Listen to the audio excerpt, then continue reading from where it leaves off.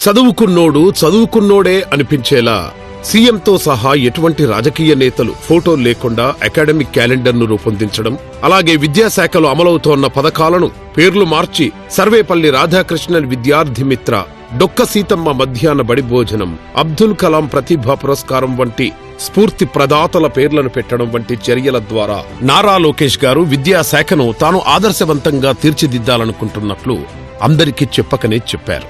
రాష్ట్రంలోని ప్రభుత్వ పాఠశాలలను దేశానికే ఆదర్శంగా తీర్చిదిద్ది ఆంధ్ర మోడల్ ఎడ్యుకేషన్ ను తెచ్చేందుకు రాష్ట్ర విద్యాశాఖ మంత్రిగా నారా లోకేష్ అవిశ్రాంత కృషి చేస్తున్నారు. 16,347 టీచర్ పోస్టుల భర్తీకి సంబంధించిన మెగా డిఎస్సి ప్రక్రియ సాంకేతిక కారణాల దృష్ట్యా ఆలస్యమవుతుండటంతో కొత్త పోస్టుల భర్తీ ప్రారంభమయ్యేలోగా విద్యాబోధనకు ఎటువంటి ఇబ్బంది లేకుండా 9,197 ఉపాధ్యాయ స్థానాలను సర్దుబాటు ద్వారా భర్తీ చేశారు. మెగా డిఎస్సిలో ఎక్కువ మంది నిరుద్యోగ టీచర్లకు అవకాశం కల్పించాలన్న ఉద్దేశంతో టీచర్ ఎలిజిబిలిటీ టెస్ట్ టీఈటీను పారదర్శకంగా నిర్వహించగా ఇందులో 1,87,256 మంది విద్యార్థులు ఉత్తీర్ణులయ్యారు. గత ప్రభుత్వం అనాలోచితంగా విడుదల చేసిన జీవో 117ని రద్దు చేసి కొత్త డ్రాఫ్ట్ మోడల్ ని సిద్ధం చేశారు. స్కూల్ మేనేజ్మెంట్ కమిటీ ఎస్ఎంసీ ఎన్నికలు విజయవంతంగా నిర్వహించడమే కాక దేశంలోనే తొలిసారిగా 44,000 ప్రభుత్వ పాఠశాలల్లో మెగా పేరెంట్ టీచర్ మీటింగులు నిర్వహించారు.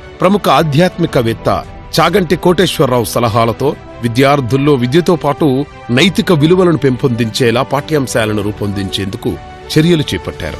రాష్ట్ర వ్యాప్తంగా ఉన్న 44,000 పైచీలకు పాఠశాలల్లో విద్యార్థుల హాజరు శాతం, ప్రతిభ ఆధారంగా అకాడమిక్ స్టార్ రేటింగ్, తరగతి గదుల్లో మౌలిక వసతులు, టాయిలెట్లు, తాగునీటి సౌకర్యం వంటి 18 అంశాల ప్రాతిపదికన ఇన్ఫ్రాస్ట్రక్చర్ స్టార్ రేటింగ్ ఇచ్చారు. ఆయా పాఠశాలల్లో ప్రస్తుతం ఉన్న రేటింగ్ మెరుగుదలకు రూట్ మ్యాప్ నిర్దేశించారు.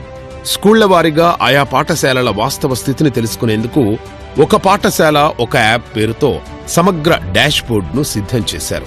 రాష్ట్రంలోని ప్రభుత్వ ఎయిడెడ్ జూనియర్ కళాశాలల్లో విద్యా ప్రమాణాల మెరుగుదల కోసం ఆయా కళాశాలల్లో పనివేళలను ఉదయం 9 నుంచి సాయంత్రం 5 గంటల వరకు పొడిగించారు. ప్రభుత్వ జూనియర్ కళాశాలలు, కేజీబీవీలు, ఏపీ మోడల్ స్కూళ్లు, ఏపీ రెసిడెన్షియల్ విద్యా సంస్థలు, ఉన్నత పాఠశాల ప్లస్లను కవర్ చేస్తూ 2024-25 విద్యా సంవత్సరంలో 2 లక్షల మంది ఇంటర్మీడియట్ విద్యార్థులకు పాఠ్య పుస్తకాలు, నోట్బుక్లు, స్కూల్ బ్యాగులు ఉచితంగా అందజేశారు. ఉత్తీర్ణత శాతం మెరుగుదలకు జూనియర్ కళాశాలల్లో మెంటర్షిప్ ప్రోగ్రాం అమలు చేస్తున్నారు. డ్రాపౌట్స్ తగ్గించేందుకు 475 ప్రభుత్వ జూనియర్ కళాశాలల్లో మధ్యాహ్న భోజన పథకం అమలు చేస్తున్నారు. అంతర్జాతీయంగా ఏఐ రంగంలో వస్తోన్న మార్పులకు అనుగుణంగా రాష్ట్ర విద్యార్థులను మెరికల్లా తీర్చిదిద్దేందుకు ఆంధ్రప్రదేశ్లోని పాఠశాలలు, కళాశాలల్లో నైపుణ్యాభివృద్ధి, శిక్షణా కార్యక్రమాలను నిర్వహించేలా గూగుల్ సంస్థతో ఒప్పందం చేసుకున్నారు.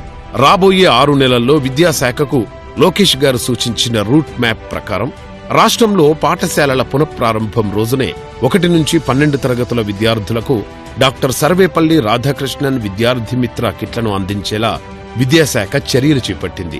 ఇంటర్మీడియట్ విద్యార్థులకు పాఠ్య పుస్తకాలు, నోటు పుస్తకాలతో పాటు పోటీ పరీక్షల మెటీరియల్, ప్రాక్టికల్ రికార్డులు అందజేయనున్నారు. బడుల స్టార్ రేటింగును మెరుగుపరిచేందుకు పాఠశాలల వారీగా ప్రణాళికలు సిద్ధం చేస్తున్నారు. 2025-26 విద్యా సంవత్సరం నుంచి 1వ తరగతి నుంచి ఇంటర్మీడియట్ వరకు పాఠ్యాంశాల్లో సమూల మార్పులు తీసుకొస్తున్నారు. విద్యార్థుల్లో క్రీడా నైపుణ్యాలు పెంచేందుకు ఆటలకు సంబంధించిన సామాగ్రిని అందించనున్నారు.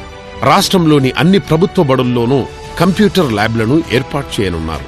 నారా లోకేష్ గారి నేతృత్వంలో ఏపీ విద్యాశాఖ దేశానికి ఆదర్శంగా నిలవాలని కోరుకుంటూ లోకేష్ గారికి జన్మదిన శుభాకాంక్షలు.